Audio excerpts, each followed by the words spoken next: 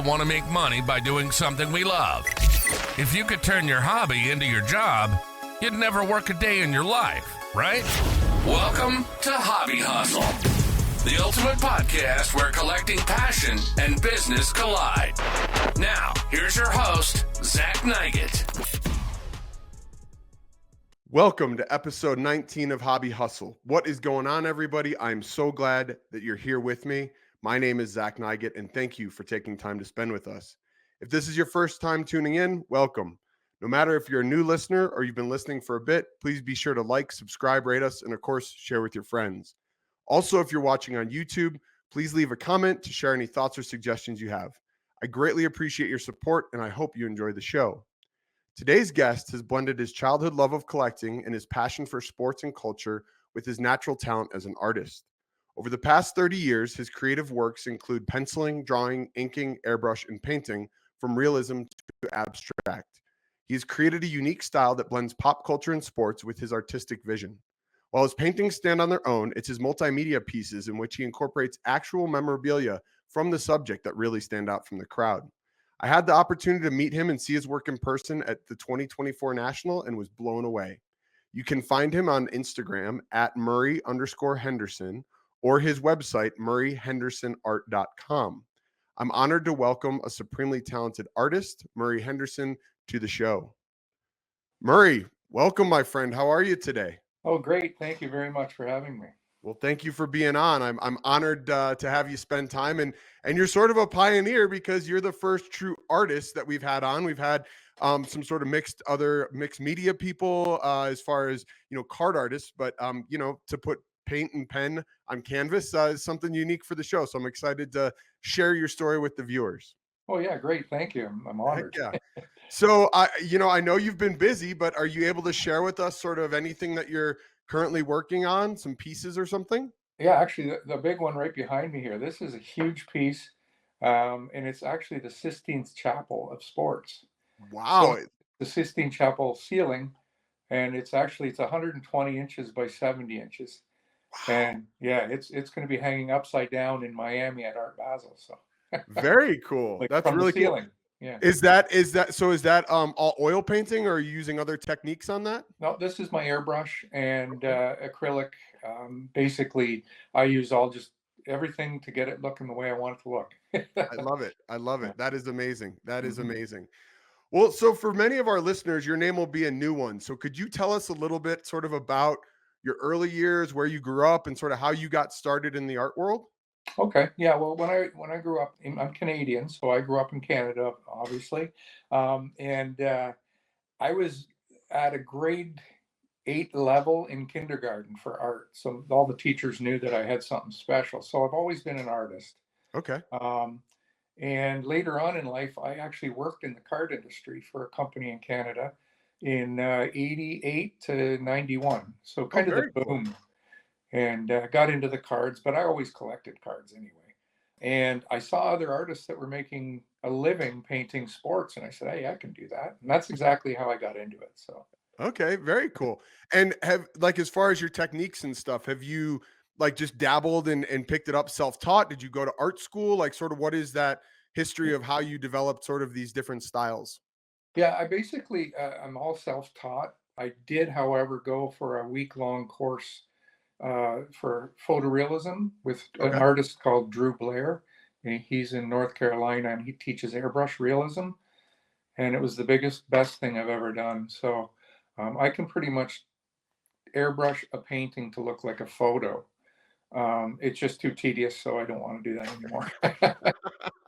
Well, there you go. So it just takes a week of class, and you can be a professional artist.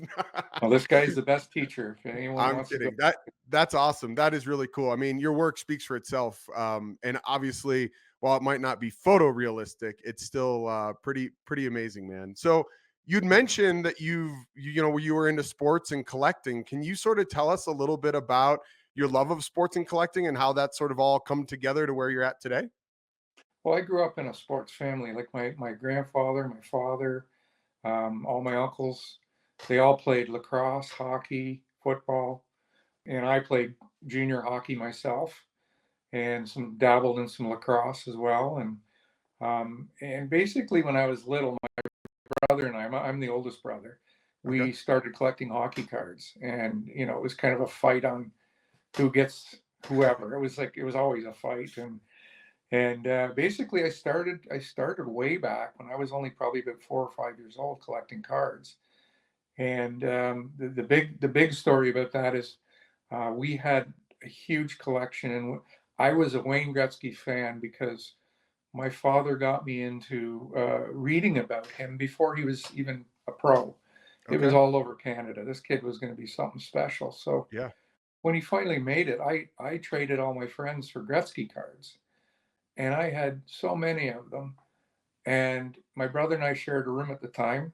And my mom said, if you boys don't clean up your room, I'm throwing everything in the garbage. Well, Oh we no. didn't clean up our room, and we got home. It was clean, but everything was gone. So probably thousands of dollars of Wayne Gretzky cards gone. Oh And we're man. talking rookie cards too. So, Yeah.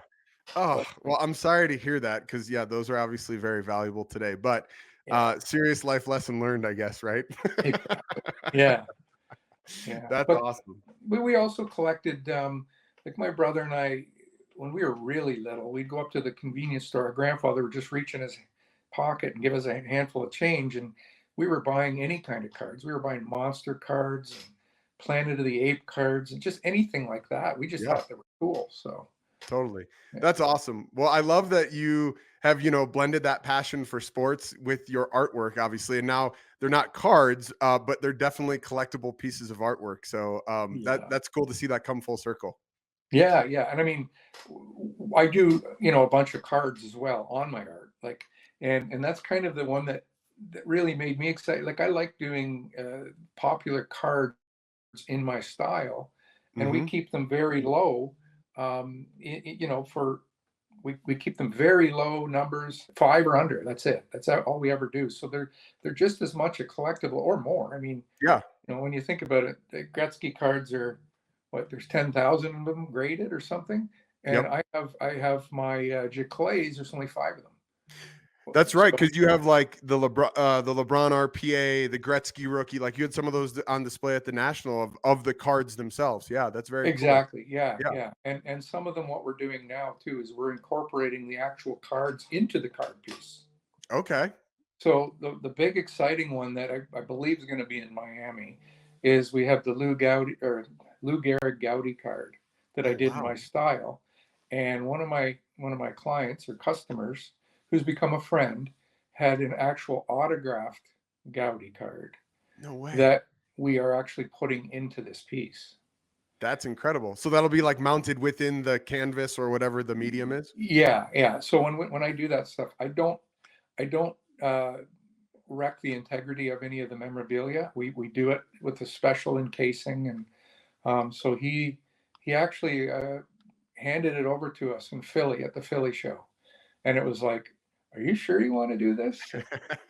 Now it's, you being in the industry would know, it's not an act. It's an actual autograph. Mhm. However, someone embellished over it. Is that what's that called? It's a Oh, like a graded. facsimile one? Is that what you're talking about? No, no, no. It's the Oh. real autograph, but they went over it, so it's Oh, I see. considered Okay. It's been like retouched essentially. retouched. So Yeah. it's still an authentic autograph and everything, but it's still unreal. Like, for him to actually have signed it. Oh, yeah.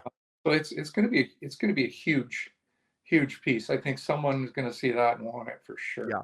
That's incredible. That's really Yeah. cool. I mean, how cool that is.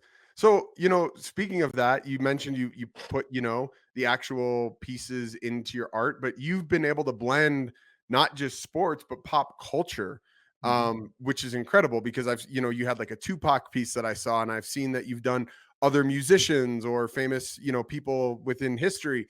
Can you sort of tell us about the process and like how you decide what subject to create?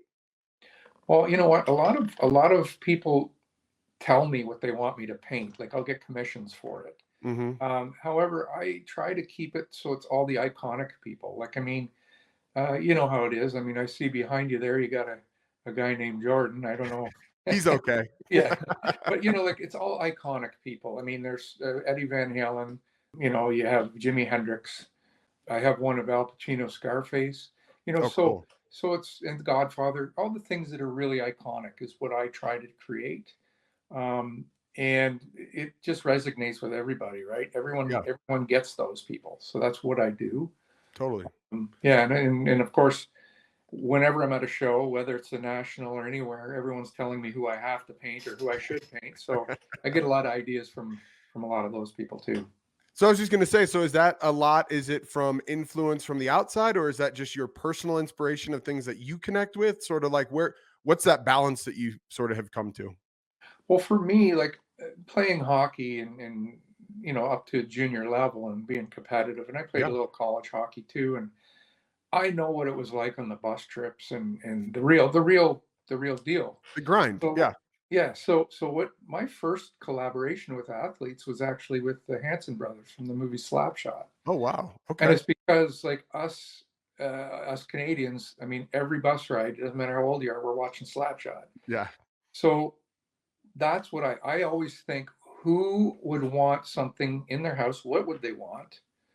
And like, what are the most famous scenes, or what are the most famous players? And I sort of put myself in everyone's man cave or basement or living room, and I say, what would I want? Yeah. That's how I come up with the ideas. Yeah, I think that's awesome. And I think that's so important. I'm just sort of getting started in my own original card art journey. Yeah, And to your point, like that's the lens that I really try to look through is like, hey, I want to create a piece that not only do I think is cool, but if I was a collector, what would I want to collect? And yeah, I think that really is a great lens to view that through, because obviously that's helped you create some amazing pieces. And there's obviously a very high demand for what you're doing. So congrats on all that.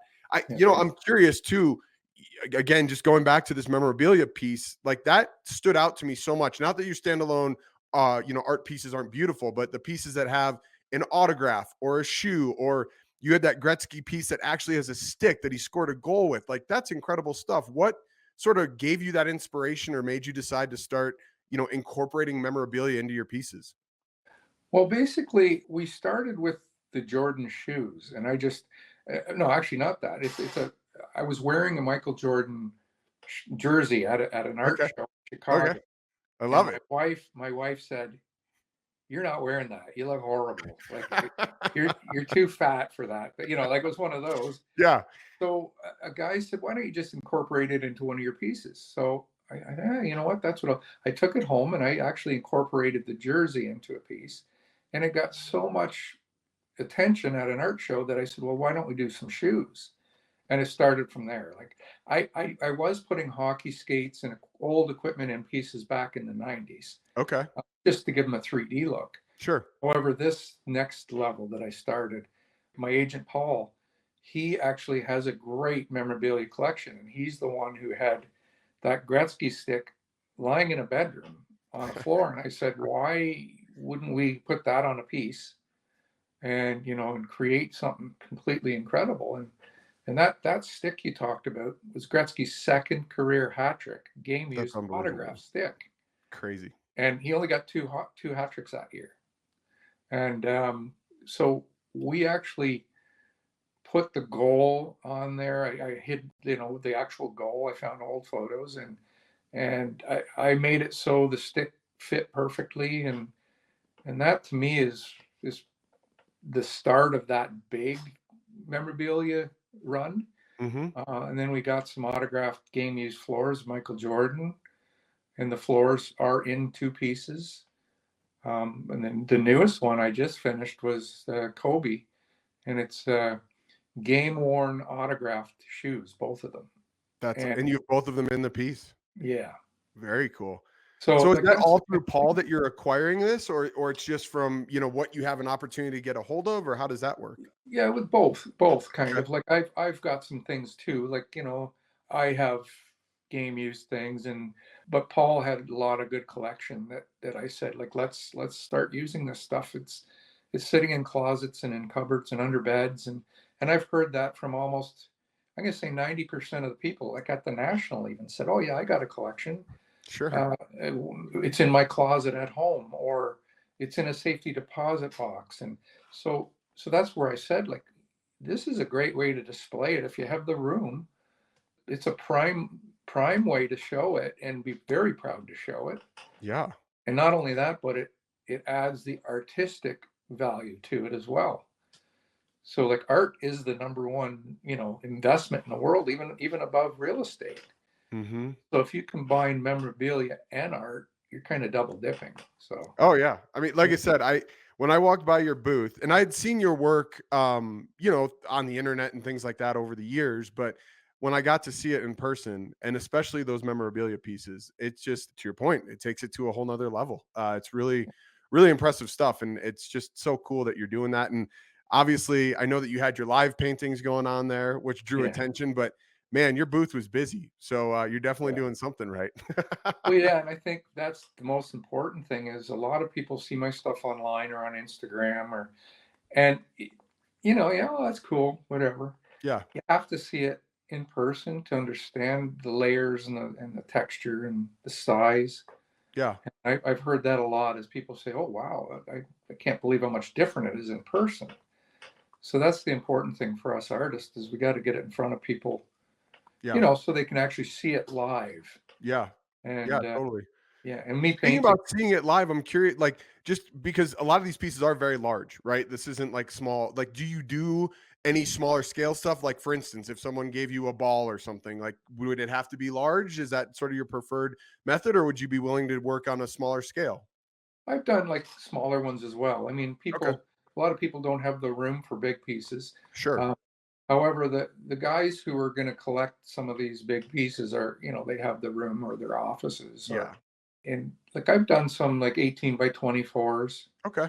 If it's a memorabilia piece, it could be like say Mickey Mantle holding the ball like Yep. this, and the ball can. So it's not that big, Yeah. but it would be a cool piece, And I have an idea for a Babe Ruth holding a ball, pretending he's signing it, but it'll be someone with an autographed ball. Like Yeah. I come up with these little ideas that I think are unique enough that some collector may say, "Hey, look, yeah," instead of sitting in a shelf or something, they can put it on a piece of art. Heck yeah. Yeah, Show it proudly. Get it out of the closet. yeah. Well, actually, just today I got the gentleman who gave me the card Mhm. and I have the World Series ticket from 1927 in a piece too. Awesome. He actually just offered today that we collaborate. He's got Mickey Mantle's home run record, the 18 tickets for the World Series, his record. Wow. And what we'll do is incorporate all 18 of those tickets and game programs into a piece. And That's like cool. that's New York nostalgia. That's Oh yeah. incredible. So Yeah. Yeah, I've that's already told him literally yes. So museum quality stuff. yeah, yeah. That's awesome. That's really Hmm. cool. Well, so speaking of these collectibles, a lot of our listeners are going to come from a more, collectible background, right? But you are definitely more of an artist. So could you tell myself and the audience a little bit more about sort of what goes into the process of you creating a piece and how long it might take to finish it? Okay, yeah. So a lot of times, if you're looking through photos of like let's say Babe Ruth home run or something, Sure. to find a really good picture to paint is hard. So what I have to do is I research and I find 4 or 5 different photos. I will put a portion of each one of them into it so it makes it look like the perfect swing or something. So I basically create a lot of things from different photos and different action shots. That way Mhm. it is truly original because there's never going to be another one like it because I made it Sure. from all these different photos. So Yeah. and basically it's a pencil sketch first, and I usually use canvas. It's always canvas. And then what I do is I do a wash over it, which I just sort of blend in some color, and I just literally put water and color over it. Then I start airbrushing, and the airbrushing is the hardest part, but that's where I get the realism for the faces. Okay. So the faces are the most important part. I get the realism going, and then after that, I kind of I go crazy on it and start doing my abstract. And Yeah. that's when the magic kind of starts happening for me is I could have a piece like working on it for weeks and I'll put it away because I think it's finished and I'll look at it a week, two later and I'll say, oh, it needs more splashes here, splashes there. And I know when it's finished. So for me to say how long it takes, it's hard because I have Yeah. 5 or 6 going at a time, but I'm going to say each one probably from start to finish is about a month. Okay. Yeah. And that's, I assume that your answer would be that, you know, it varies, and that as an artist, right? Like no work is ever finished, because it's always like, oh, I could have done this, or I could have added that, or, you know, so I respect that and I understand, but that's just curious, right? So a month, you know, is a typical piece, and A month. that's really incredible. This one here behind me, it's Yeah. been since 2015. Wow. So I've been working on this on and off Wow. for years, and I've added people. I've added new players, and so this one here is like a work of love. This one's been I've been working on it for what since 2015. Yeah, So 9 years of passion right there. yeah, and it's a lot of detail and a lot of Yeah. things in it, but it's So been do you keep fun. that in your studio all the time like that? No, I just I have it up because I have to ship it off and get it down to Miami Okay. because it's going in the one gallery there. So Yeah. I was so just curious, because I was like, I don't know, maybe that'd drive me nuts if I looked at the same thing. Because it's like I said, you're always like, oh, I need to change this, or I need to add that. Like, no, I have like if I showed you my studio floor right now, you'd just be in shock. well, that's It's okay. That means there's a lot of creativity going on there. yeah, I have them all over. Like I have pieces on the floor, and that's what I do. I'll look at them, and I'll continue on. If I find a real cool color or a Mhm. nice mix of color, I look at it and I'll say, oh, that would look good on that. And that's kind of what it is. It's all to do with getting the right feel. I got to have the right feel before I let it go. And so is that really what determines what a finished piece is, or at least when you're ready to let it go? Is that feeling of just like, okay, I think this is good, and then you move on, or like what is that that allows you to do that? Yeah, I think it is. I think it's almost like you say, if I do any more, I might ruin it. Okay. Yeah, so, yeah. so, so basically, I say, okay, that's finished. Yeah. What I do is I roll it up and I put it in a tube ready to ship down to Chicago. So Yeah. I ship everything down to Chicago, and Okay. that's where it's put on boards and the different stretching, and that's all done down there. Yeah. But that's the good thing about my low number Jaclays is that we do professionally scan them and we do Jaclays, which is a high end print Okay. on canvas. It's as close to the original as you're ever going to get. But when I get those back, I always hand embellish and remark them. Okay. And when I hand embellish them, I look at them and I think, geez, this could have used more red or green or Sure. whatever. So Yeah. I actually make them better than the original half the time because I see things where I should have fixed them. And that's why I think my Jaclays have been so popular, because no one can tell the original from a Jaclay. And Oh, wow. Okay. yeah. So just again, for my education for the audience, the Jaclays. So that's actually ink onto is it canvas that you're printing on, or is it like a high quality paper? What does that actually get printed onto? It's actual canvas, Okay. and it's like a museum quality. It'll never fade. Never. It's the top way artists Sure. make their copies, and a lot of artists will do like thousands of them. Okay. And I said, I don't ever want to have that again. I did it Totally. back, I did 1,000 prints and autographs, Yeah. and it's a lot. And so what I did is I said, let's keep them under 5. And I mean, for you guys in that industry, that's Oh, huge. 100%. I mean, people want to love what they have, but to give them a purpose of feeling that it's very unique, that also helps drive, supply and demand, right? Exactly. Yeah. So I mean, most of my Jaclays of all the cards are almost all sold. Yeah. So That's incredible. That's really cool. That's awesome. Well, and so I guess, I know that people, now that they understand how much goes into a piece, right? So I'm just curious about how you sort of categorize yourself, because you have all these different ways and techniques and stuff. And a lot of artists like to say, well, I'm a this type of artist. So what would you sort of use to how you best describe your style of work? I call myself a contemporary artist, I guess. Okay. But I mean, I have a name for it. I came up with a name. It's called exact abstract. I love it. Okay. Yeah, I just said, because I try to get the faces and the subjects as close to real as I can, Hmm. and then the rest is abstract. And that's what makes it fun. It's not just throwing paint over it. It's actually like using the uniform as part of the abstract, and I think it really works. Yeah. So Yeah, yeah. that's very cool. Really cool. And just real quick, sorry, I sort of just thought about this. But with the Jaclays, you said you embellish them. So talking about like the uniforms and things like that. So you actually get these prints back that are on the canvas, and then you'll go use an airbrush or a paint or a pencil or whatever it might be to Mhm. embellish them. So there is actually some of that hand work quality on all of those as well. Yeah, everyone has a ton of hand embellishments on them. So Very cool. everyone is an original in itself, Yeah. really. I mean, Yeah.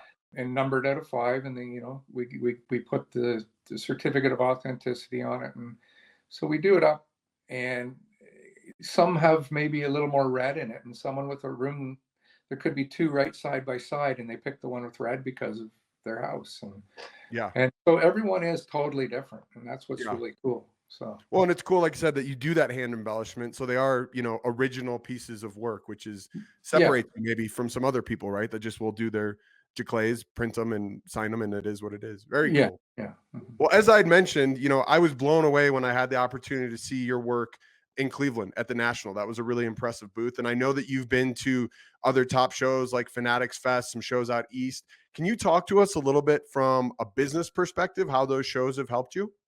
Well, I mean, just getting the notoriety and like guys like you, I mean, come in Sure. and ask me for an interview. That's awesome. And I love it. I love people coming up and ask me questions and like I don't know if you witnessed it, but I'll have kids come and help me paint. Totally. Uh, Which is so cool, man. Like the fact that yeah, you're letting kids come put, media on canvas, like most artists are like, oh no, you can't touch my stuff. But I think it's yeah, so cool that you're inclusive.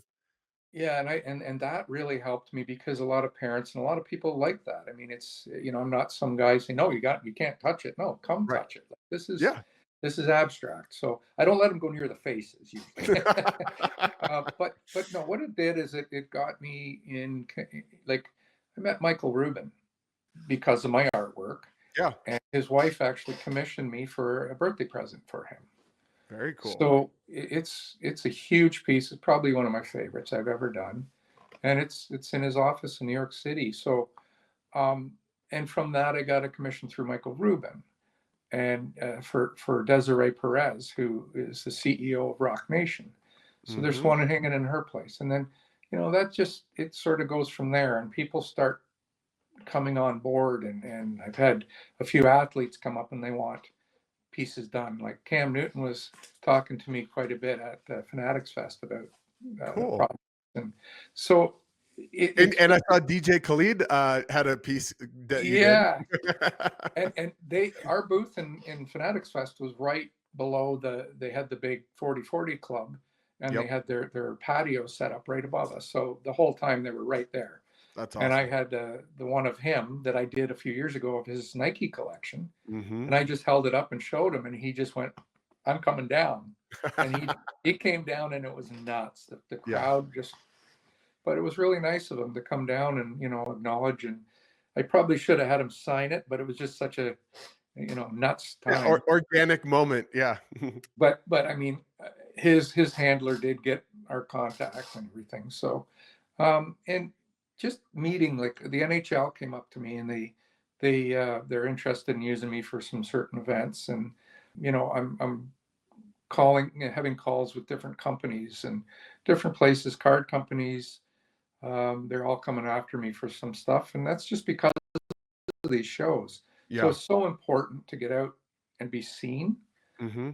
And the more art shows and the more of these card shows and collectible shows, the better. I mean, like I even do comic books, Very so cool. like I'm in this style. Like Yeah. I probably do some comic cons too, and it's just it's all the same. Like everyone, comics, cards, collectibles, memorabilia, it's all the same, and that's why I like doing it. It's because one day I'd like to have like a huge, awesome bar just with all memorabilia in it. Like that's always been I something. love that. That's Yeah, amazing. Heck yeah, yeah. A hockey bar with memorabilia would be good for you, it sounds yeah. like. Well, I like every sport. I'm one of those guys. I kind of played everything. So Yeah, that's cool. So, yeah. real quick though, you'd mentioned that you did some art shows, you've done the comic books or will do a Comic Con, maybe things like that. Do you sort of get a sense of, from a business standpoint, what's more successful, or it doesn't really matter because people just love your art and, everyone's interested in once they see it? Well, I think it's the sports for sure. I mean, Okay. you know how we are, all us Yeah. sports guys. I mean, there's always icons, but there's also always guys like I did one for a gentleman in Florida. He's a huge Ricky Henderson fan. Okay. And he actually incorporated into his own piece. He wanted a Ricky Henderson sliding, but Mm-hmm. he wanted his helmet coming off. So I had to create that from a few different pictures, again, like I do. Yep. And he sent me his gloves. So I have the gloves in it up close How where cool. he's sliding. And he gave me an autographed World Series ticket Oh, that we wow. incorporated into it. So, you know, like it just anything and everything is exciting. I love doing things for other people too, right? Yeah, that's awesome, man. Well, your work is obviously grabbing attention, not only from the general public, celebrities, like you mentioned. So, do you sort of have any other factors you think that have played into your success and growing popularity? I talk to everybody. I'm not even when I'm painting, Mm-hmm. people think they shouldn't bother me. I said, no, I mean, I can paint and talk, and I can, as I say, I let people, join in. Yeah. And that kind of stuff to me is, I think that's showed people that I'm an easygoing guy, and I want them to be happy if they're going to purchase one of my pieces. I've also, when I do a piece for someone, I collaborate with them. So I will send them the sketch. I will send them the first, like I send them every step of the way, Mm-hmm. photos, and I make sure it's right. Yeah. And I think they like that because they are a part of it too. So I've had some people that get it and they want me to add things, and I'll go to their house and personally add something to it. So that's kind of what I think has grown my reputation a little bit, is that I'm willing to go, Yeah. however far it is for the customer. So Yeah, you're interactive and you're very inclusive, and that, like you said, like that goes a long way. Whether it's the limited amount, but also whether it's the kid that actually puts a piece of paint stroke on the canvas, or that little detail that you're incorporating from that collector that they're like, oh, I told Murray to do that, and that, like you said, I yeah, think that really goes a very long way in making those pieces personal. That's awesome. yeah, and like for instance, I'm working on right now. It's from the National. It's a guy who owns Gretzky's last game used stick. Oh, So it's the cool. same as the one, the hat trick stick, except it's Gretzky's last point. Okay. So he's celebrating the goal. So it's huge. It's like literally 11 feet tall. Oh, wow. I added into it just because I know it's something special. I added a bunch of Gretzky's highlights, career highlights. Very And I cool. don't let them, they don't stand out. They're hidden in it. Not Yeah. hidden, but they're Yeah, kind of it's subtle. Yeah, Yeah. it's subtle. And that's the kind of thing I do, a little special for people, right? So, because I do want it to be a conversation piece in people's Oh, yeah. home. So that's kind of Well, I another can one. tell you one thing. I don't think people can walk by your art and not say anything. So it's definitely a conversation starter. Yeah, yeah. And I appreciate you saying that because, like I was blown away myself at the national, at the attention. And that was really nice that, it makes us feel good as Sure. artists. Yeah, 100%. Yeah. So, Yeah. Well, congrats on all your success. I mean, it's really remarkable. And like I said, your work speaks for yourself. But, obviously we all know that success doesn't happen overnight and there's bumps in the road. So I love to ask my guests, if they can talk a little bit about some of the challenges maybe that you've overcome to get to this point. So could you share some of that with us? well, I have some kind of some horrible stuff that happened to us. Oh, I'm sorry. I'm a stepdad, and I had a stepdaughter who ended up with cancer in Mm. 2008, and we lost her in 2009. Oh, So that basically kind of put my art career on hold for years. Like yeah, it was a tough time. And like I was with the kids when they're tiny, right up through. sure. So, and yeah, it was a horrible time. Mm. And amongst all that, I had a distributor with a previous piece of art who kind of took advantage of me, and I kind of was really thrown off in the art business for a while, but it came back. Yeah. And once it came back, I just said to my wife, and I'm going for it, and I know I got something special. Let's go. Hmm. And like so I've done a lot of different charity things as well, right? Like I've before this part of it, I was donating like millions of dollars to different charities all around North America. Wow. And of course the tie-in with the cancer thing, my most famous one was It was it's called Hockey Fights Cancer. And it's all the tough guys of all time.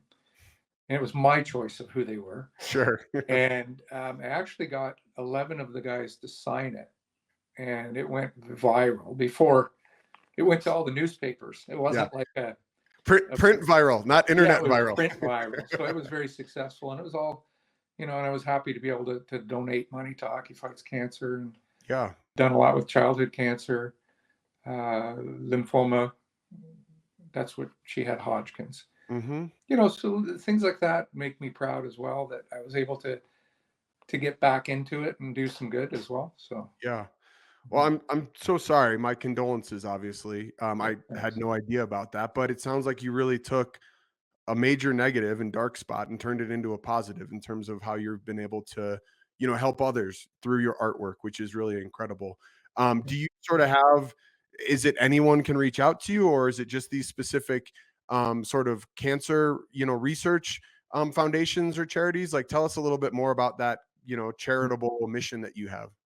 Well, I did a lot of charity. That's a good way for artists to get out there too. So a lot of my stuff before my abstract style, I was doing photorealism and wildlife, and so I did one of a polar bear for Ducks Unlimited. And a lot of conservation companies.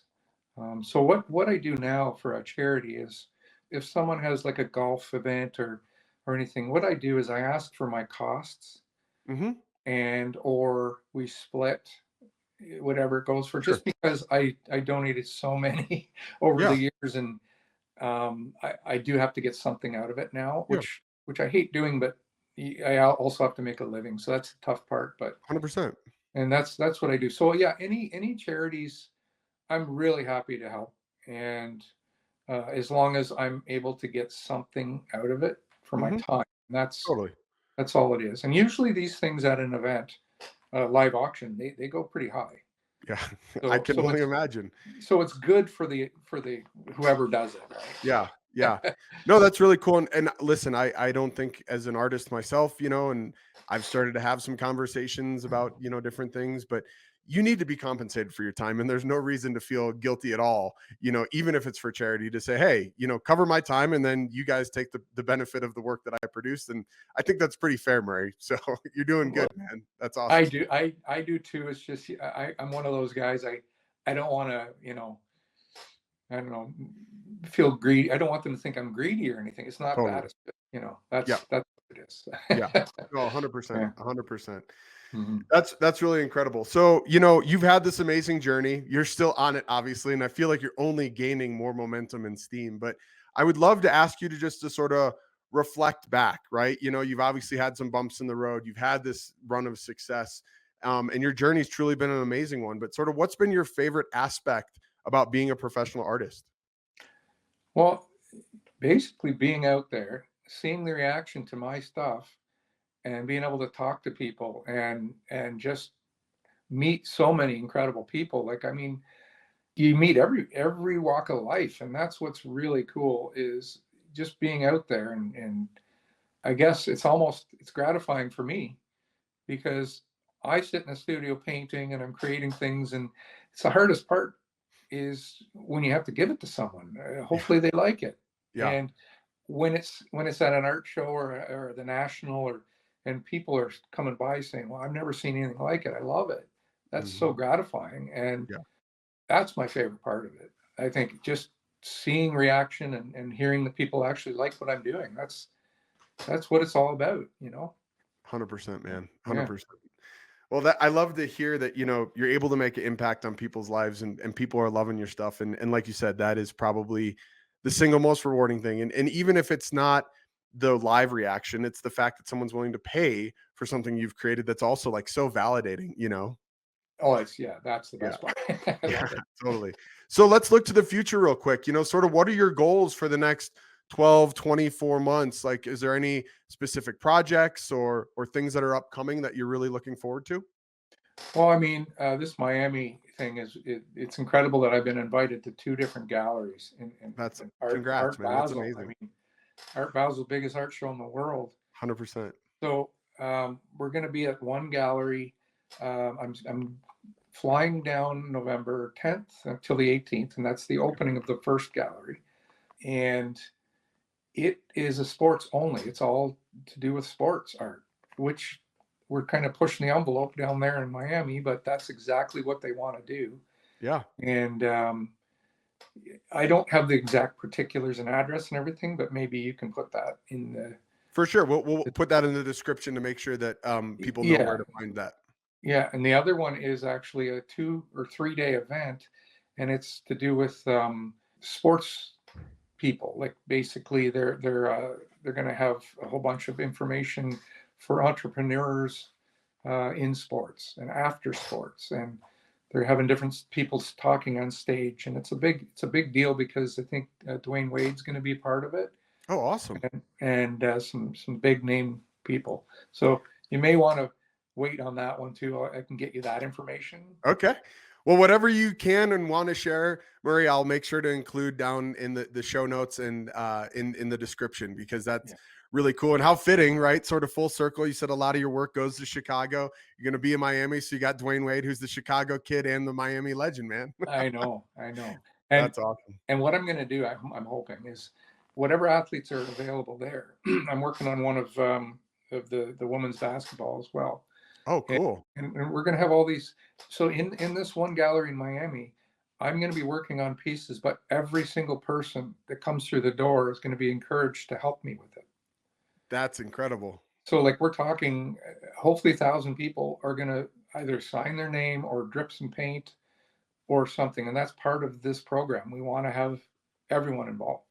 Maybe you need Guinness Book of World Records. It'll be like the largest artwork collab ever, right? Well, hey, maybe it'll be kind of cool, wouldn't it? Yeah. Why not? You got to get Paul on that one. See if you could do that. I will. Yeah, that's a great idea. That's awesome. That's really cool. Well, Murray, this has been amazing. I know that you're busy, and I cannot thank you enough for taking the time to talk with me and share with the audience, more about your story, because it really is an amazing one. But before I let you go, I like to ask all of my guests, if you could sort of leave the audience with one golden piece of advice, what would you tell aspiring artists or entrepreneurs that really is sort of the best advice you can give them? Just never give up. I mean, everyone says that. It's kind of a cliche, but I think if you feel like your stuff is going to touch someone in some way, just keep doing it. And I encourage all the young artists and kids, if they're questioning, whether they should get into art or not, there's so many different things you can do in the art world, especially nowadays with computers, that just keep going at it. If you're talented at it and you think you have a opportunity, go for it. I think it's important. I love that. I love that. That's amazing. And I think that's a great piece of advice. And I think, the never give up and the stay consistent and follow your passions, those are all things that I think if everybody lives by, we'd all be in a better place. So that's awesome. Well, before I let you go, everybody, if you're just listening and not watching, I've been showing this across the screen, but you can find Murray on Instagram at Murray_Henderson, or you can find him at his website, murrayhendersonart.com. There's some gallery pieces that you can check out, some things that might be available. And obviously, as he mentioned, he's available for commissions. So reach out to him. And, I'm sure that he and Paul would be happy to set you up and make sure that they can help you create something wonderful. So, Murray, I just want to say this has been an amazing conversation. You have an awesome story, and I appreciate you time, to share it with us. It was an honor to get to chat with you at the National, and now again on this podcast. And I just hope that the audience really will take some time to check out your artwork if they haven't seen it. Your portfolio's amazing, and I'm excited to see what the future holds, both for your personal stuff and at Art Basel and beyond. So congrats on all your success, and thank you so much for taking time to be with us. Thank you so much for doing this. Awesome, man. Have a great one, and I'll keep an eye on what's next for you. Okay, excellent. Thanks. Take care. Everyone out there watching, thank you for your time. I hope that you learned something new and found some inspiration. And if you enjoyed the show, please be sure to like, follow, subscribe, and of course, please share with your friends. And remember, keep collecting, keep hustling, and we'll see you next week on Hobby Hustle, where collecting passion and business collide. Thanks for watching. Hobby Hustle is brought to you by Collector Creative. If you're a collectible brand or company looking for help with marketing, branding, design, or development, head over to collectorcreative.com and drop Zach a line. We'll be back next week. In the meantime, connect with us on Instagram, TikTok, and YouTube at collector_creative. And be sure to like and subscribe so you never miss an episode. We'll see you next time on Hobby Hustle, where collecting passion and business collide.